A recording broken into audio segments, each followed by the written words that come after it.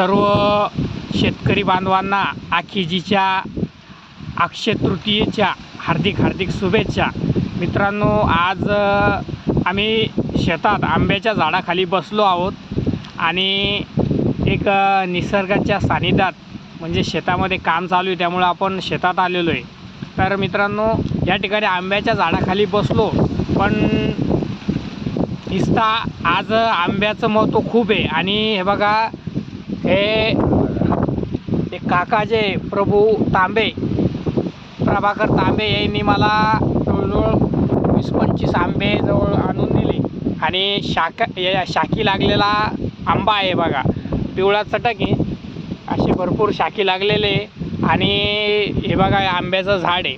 तर मित्रांनो, म्हणजे ग्रामीण भागामध्ये एकमेव म्हणजे शेतकऱ्याकडे जे असलेलं गावरान मेवा आणि शेतामध्ये फळ, म्हणजे काय म्हणतात ना, आपण सोनाराकडे जा, सोनार एक कण देणार नाही, किंवा एखाद्या व्यापाऱ्याकडे जा किंवा एखाद्या कपड्याच्या दुकानात जा, आपला मित्र असेल तरी तो काही देत नाही.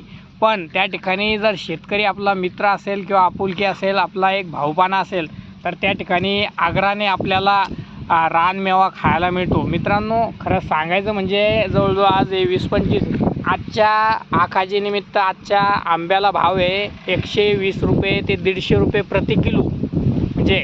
आणि कोकणातला जर आंबा म्हणला तर तो अधिकच महाग आहे. पण एक शेतकऱ्याचं प्रेम आपुलकी असते. तर मित्रांनो, मी आता हा एक गावरान रानमेवा याचा आस्वाद घेणार आहोत. तुम्ही पण नक्की या ह्या आंब्याचा आस्वाद घेण्यासाठी. तर अशा पद्धतीने तुम्हाला एकदा पुन्हा शुभेच्छा देतो.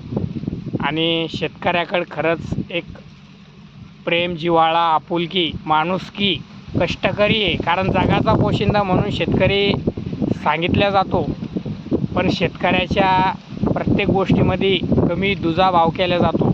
असो, एक चला आपण आज आंबा खाऊया अक्षय तृतीयेनिमित्त, आखाजीनिमित्त. जय जवान, जय किसान, जय महाराष्ट्र.